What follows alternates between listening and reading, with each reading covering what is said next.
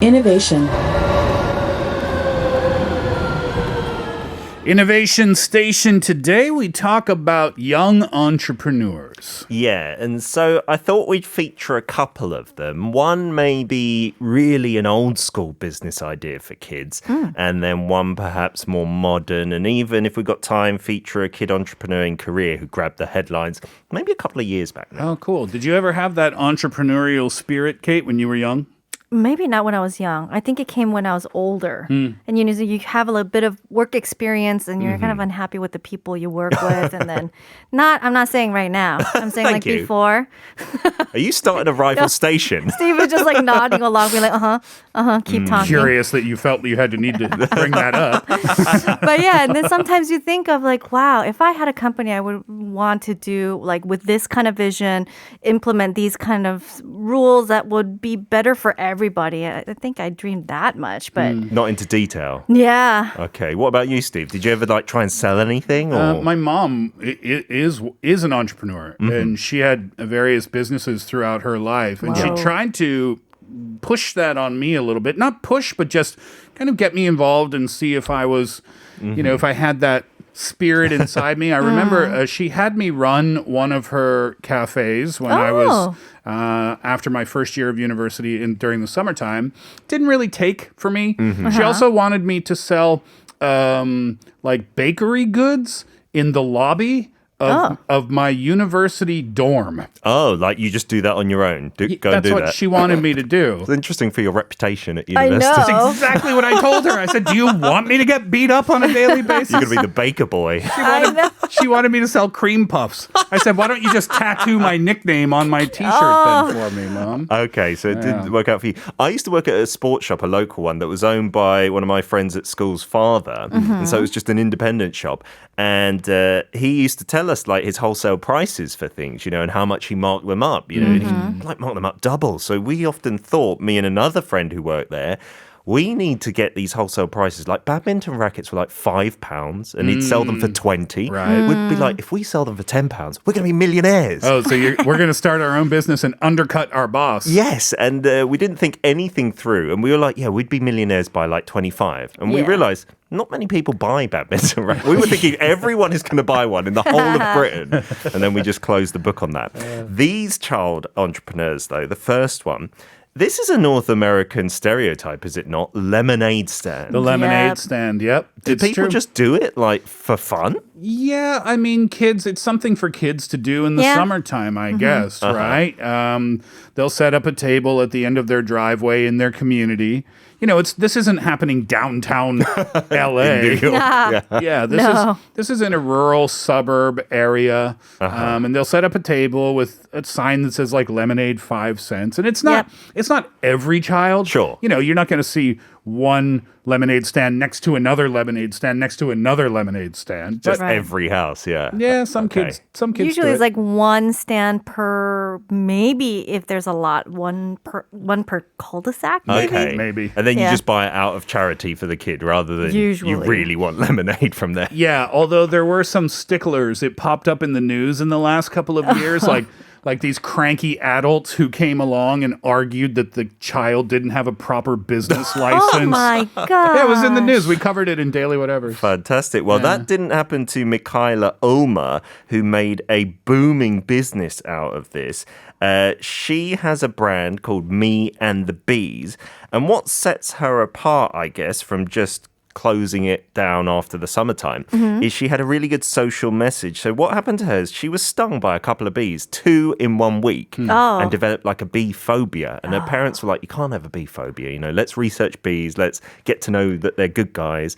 And then she completely flipped 180. She was like, oh my goodness, there's a decrease in bees. We need to save the bees. And then it just so coincided with her getting a recipe book from her grandma that had a recipe for some flaxseed lemonade.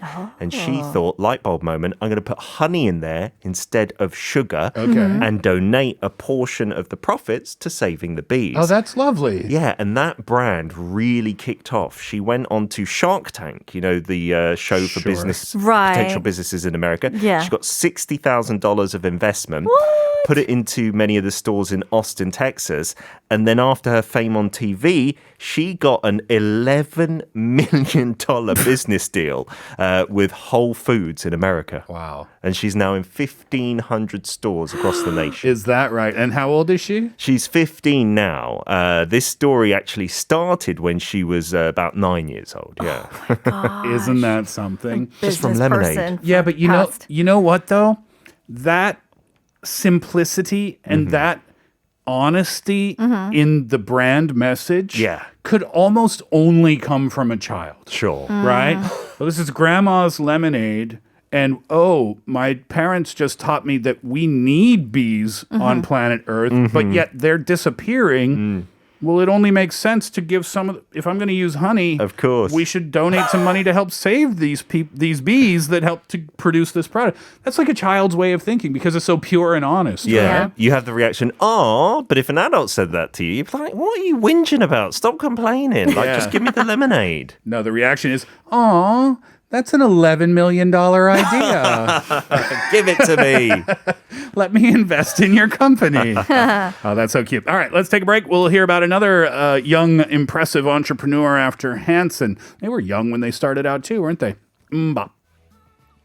Young entrepreneurs, young successful entrepreneurs. That's our topic today in Innovation Station. Pete filling in for Kaylin. Who else do we need to know about? Ryan's Toy Reviews. Have you heard of this YouTube channel? He's the YouTuber, right? Yes. Yeah. And that is the flip side of a lemonade stand. That's the modern way to make some coin as a youth. Is he... how old is he now? Because that channel's been around for quite some time now, hasn't it? Yeah, it started in 2015. Yeah. And that was around the time that my son started watching YouTube as well. And we must have watched him in his early years before he got big. And I didn't realize. I thought he was famous from then.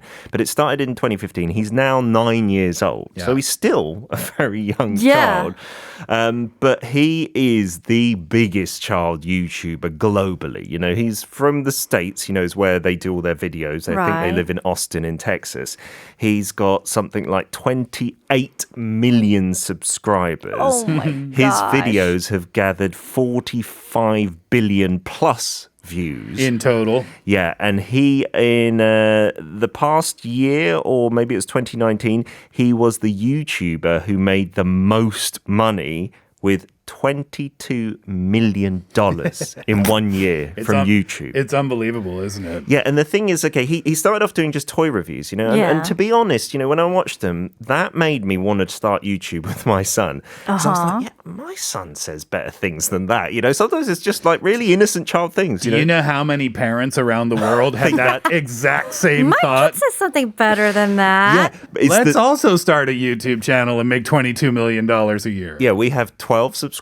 We started in 2017. Yeah, so it's not going as well as planned. But what they did, and they were very clever about doing, is they started up like a management agency. They signed up with one as well in 2017 after it started to gain traction. Oh, so they signed with an agent that would help promote their channel and things like that? Yeah, it was a startup children's media company called Pocket Watch, and they get a load of the merchandising and the sponsorships and whatnot. YouTube also have them as like a featured creator, so they bring them into their headquarters and, they'll do amazing things. And when we went to the States, we were so surprised. That was 2018 going into 2019.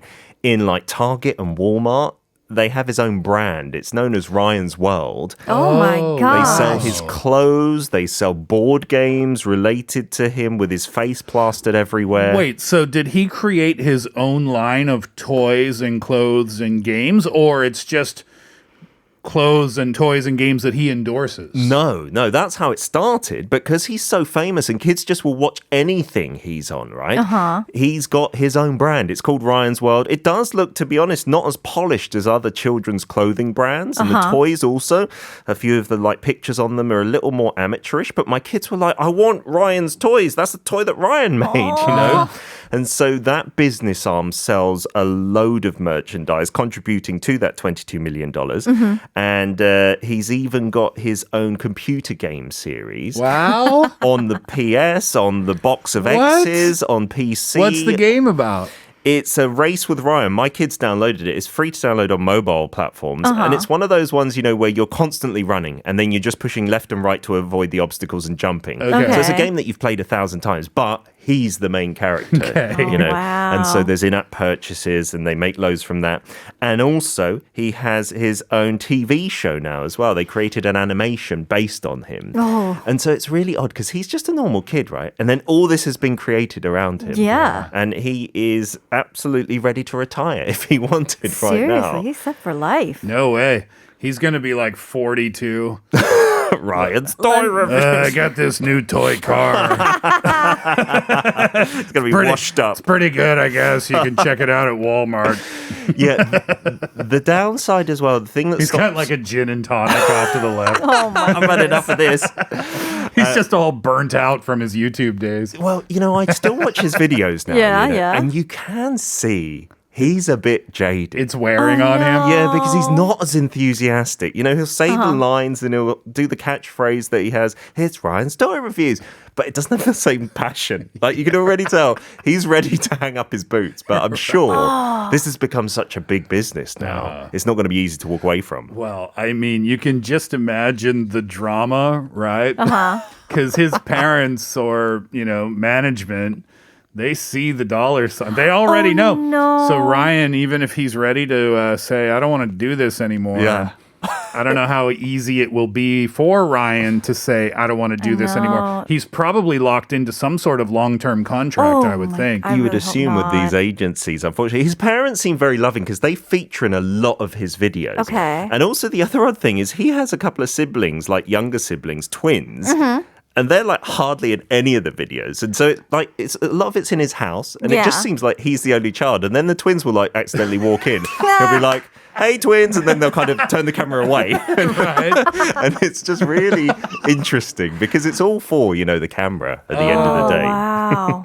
I wonder what the dynamic is in that sibling relationship. Yeah, they're what is jealous. wrong with us? Why, or what is wrong with me? Why can't I just say, what a lovely story of a successful young person? I'm looking for things that are wrong here. No, but I know that experts were saying, like, you know, people thought that he might retire really early because this is like a toy review type of thing. Sure. And so it's not going to last very long. And then some others would say, no, this is actually brilliant. He's making a connection with the viewers very early on. Absolutely. And as he grows older, let's say he becomes a teenager, then there's some things that only teenagers will like that he could actually connect with some of the teenage viewers and he can go on as he grows older. Or things will go south like young Hollywood stars do, and then it's Ryan Reviews Rehab Center. Oh no, it's like Macaulay Culkin and like Drew We've Barrymore. not had this yet, have we? Because YouTube's so new. Who knows? That would be a new channel.